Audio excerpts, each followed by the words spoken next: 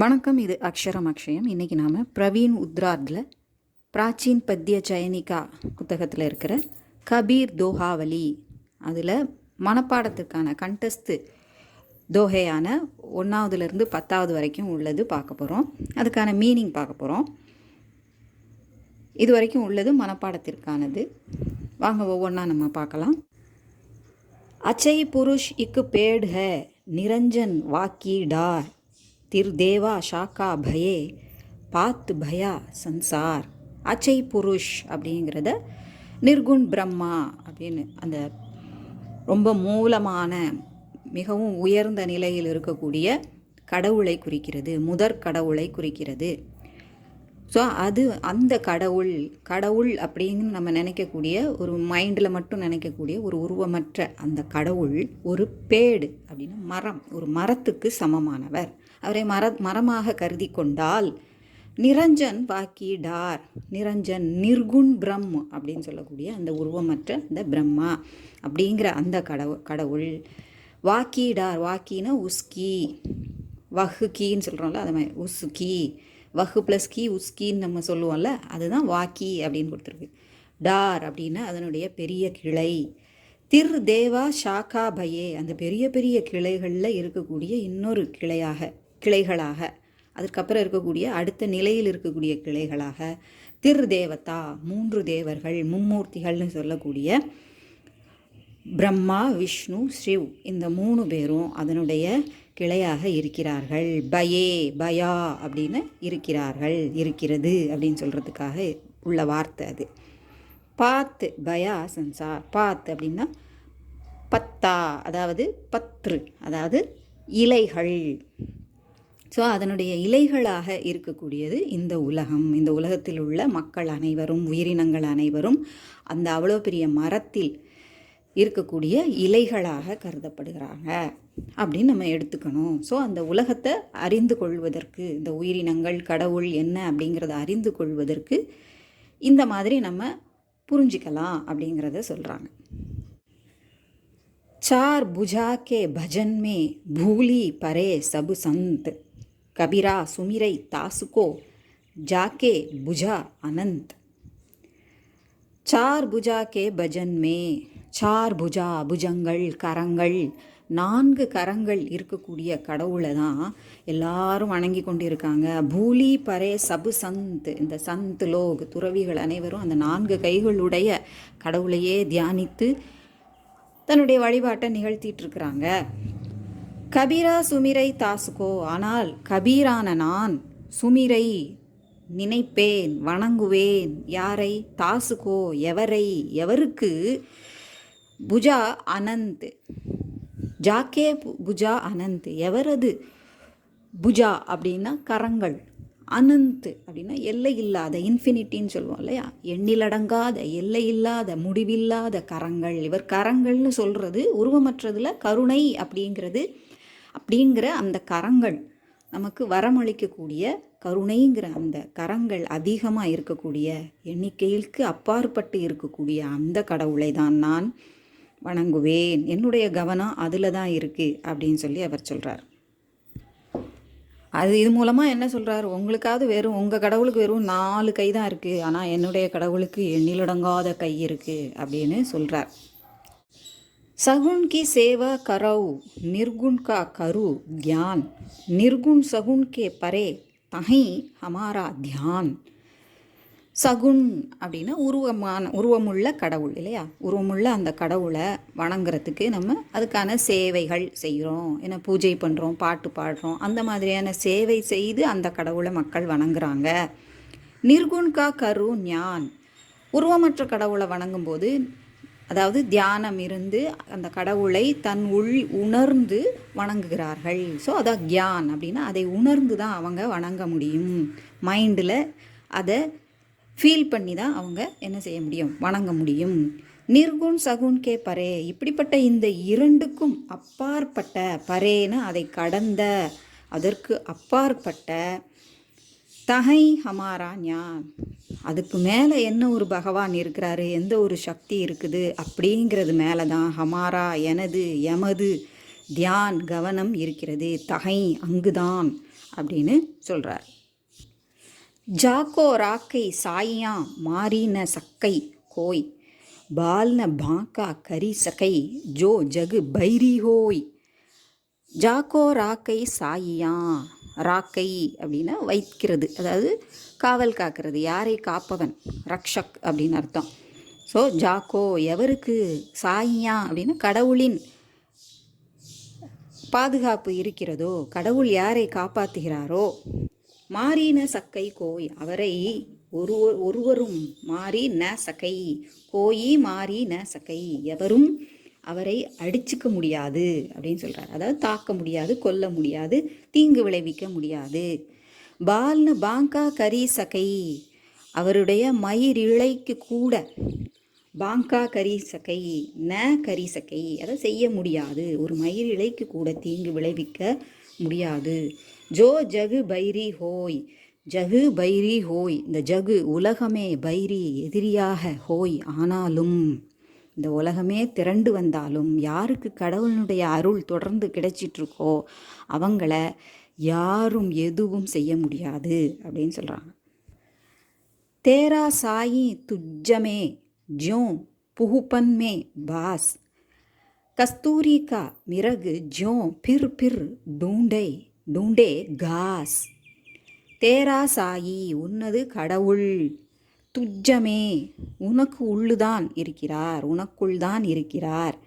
Joe பகுப்பன் மே pass, புகுப்பன் அப்படின்னா புஷ்ப், அந்த பூவில் எப்படி பாஸ் வாசம் மறைந்திருக்கிறதோ அதே போல கடவுள் மறைந்திருக்கிறார், உனக்குள்ளே மறைந்திருக்கிறார், உறைந்திருக்கிறார். கஸ்தூரிக்கா மிரகு ஜோ பிர் பிர் டூண்டே காஸ், எப்படி ஒரு கஸ்தூரிமான் தனக்குள்ள இருக்கக்கூடிய, தன்னுடைய நாபியில் தொப்புள் கொடியில் இருக்கக்கூடிய, தொப்புளில் இருக்கக்கூடிய அந்த வாசனை திரவத்தை வேற எங்கோ இருக்குது அப்படின்னு நினச்சிட்டு அதை உணராமல் வேறு இடத்துல, காஸ் அப்படின்னா கிராஸ், அதாவது புல், புற்களில் போய் பிர் அங்கேயும் இங்கேயும் அலைந்து திரிந்து டூண்டே தேடுகிறதோ அதுபோல் நீ உனக்குள்ளே இருக்கிற கடவுளை உணராமல் வெளியில் எல்லா இடத்துலையும் தேடுற அப்படின்னு சொல்கிறார். ஜோ தில் மாஹி தேலுகே ஜோ சக்குமக்குமே ஆகி தேரா சாயி துஜ்ஜமே ஜாஹி சகை தோ ஜாகி. ஜோ தில் மாஹி தேல், எப்படி தில் எள்ளு, எள்ளுக்குள்ள அந்த நெய் இருக்குதோ, தேல் அப்படின்னாலே அதான தில்லிருந்து கிடைச்ச நெய் தான் தேல், எள்ளு நெய் தான் நம்ம எண்ணெய் அப்படின்னு சொல்கிறோம் இல்லையா, அதை மாதிரி தான். ஸோ எப்படி சக்குமக்கு சிக்கி முக்கி கல்லுக்கு உள்ள எப்படி நெருப்பு மறைஞ்சிருக்கோ அதை உரசும்போது தான் வெளியில் வரும் இல்லையா, நெருப்பு வரும். தேரா சாயி துஜ்ஜமே உனது கடவுள் உனக்குள் தான் இருக்கிறார், எப்படி எள்ளுக்குள்ள எண்ணெய் இருப்பது போலவும் சிக்கிமுக்கி கல்லுக்குள்ள அக்னி இருப்பது போலவும் நெருப்பு இருப்பது போலவும் கடவுள் உனக்குள்ளே இருக்கிறார், இப்போவாது நீ விழிச்சிக்கோன்னு சொல்கிறார். ஜாகி சகை தோ ஜாகி, ஜாகுனா அப்படின்னா விழித்து கொள்ளுதல், இப்போவாது நீ அதை உணர்ந்து செயல்படுவாயாக அப்படின்னு சொல்கிறார். நாம் ரத்தன் தன் பாய் கை காண்டி பாந்து ந கோல் நாஹி பன் நஹி பாரக்கோ நஹி காஹக் நஹி மோல்.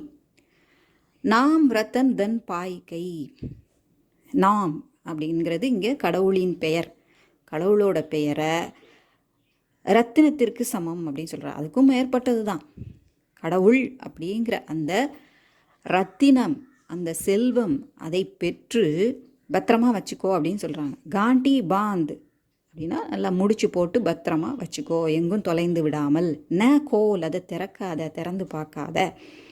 நாஹி பன்னு நாஹி பாரகு, நாஹி பன் பணம்னு சொல்கிறோம்ல, சம்ஸ்கிருதத்துலேயும் பண்ணு அப்படின்னு இருக்கு. இது ந கொடுத்துருக்குலே, அப்பேல அந்த ண அப்படிங்கிறது டட்ட ட ண இருக்குல்லையே, அந்த ண போட்டோம்னா பண் அப்படிங்கிறது பணம் தான்.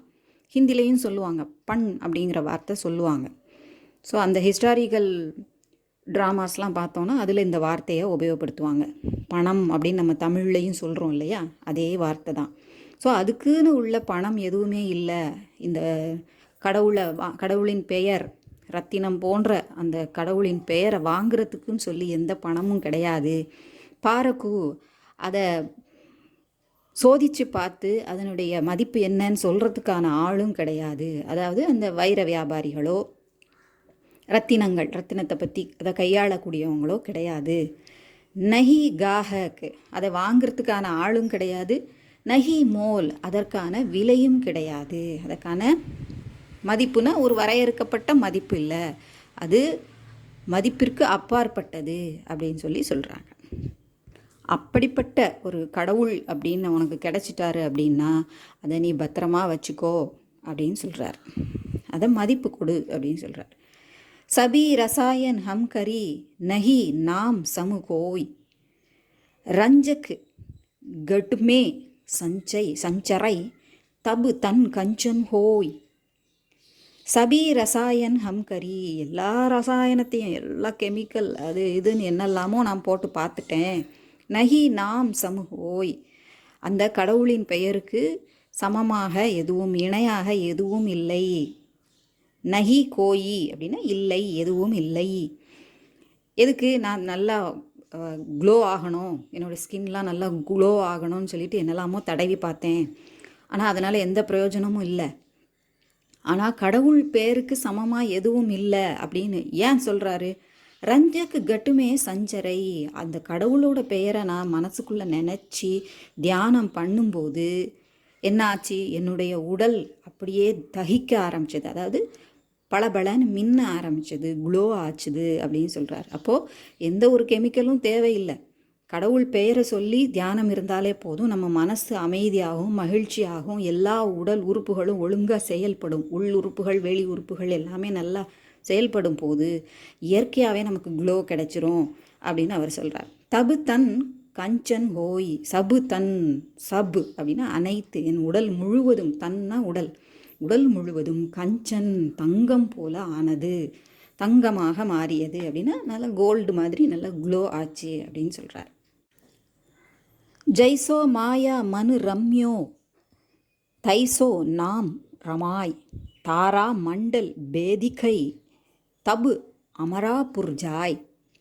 ஜெய்சோ மாயா மனு ரம்யோ, மாயா மன் ரம்யோ, மாயை அப்படிங்கிற அந்த ஒரு குறிப்பிட்ட நேரத்தில் மட்டுமே இருக்கக்கூடிய அந்த மகிழ்ச்சியான விஷயங்கள், மாயை, இதெல்லாம் நிரந்தரம் நம்ம நினச்சி ஏமாறக்கூடிய அந்த விஷயங்கள் எல்லாம் மனு ரம்யோ, மனசை எப்படி ஆட்கொண்டு இருக்கிறதோ, நிரம்பி இருக்கிறதோ, தைசோ நாம் ரமாய், அப்படியே மாயை எந்த அளவுக்கு உன் மனசில் இடம் பிடிச்சிருக்கிறதோ அதற்கு பதிலாக அந்த இடத்துல அந்த அளவுக்கு இருந்தாலே போதும். எது? கடவுளினுடைய பெயர், கடவுளின் பெயரை நீ உன்னுடைய மனதில் இருத்தி கொண்டால், தாரா மண்டல் பேதிகை, மாயை பின்னால் நீ எந்த அளவுக்கு நீ பின்னாலே ஓடுறியோ, அதுக்கு முக்கியத்துவம் கொடுக்குறியோ, அதை கடவுள் பக்கம் நீ கொஞ்சம் திசை திருப்பினாலே போதும்.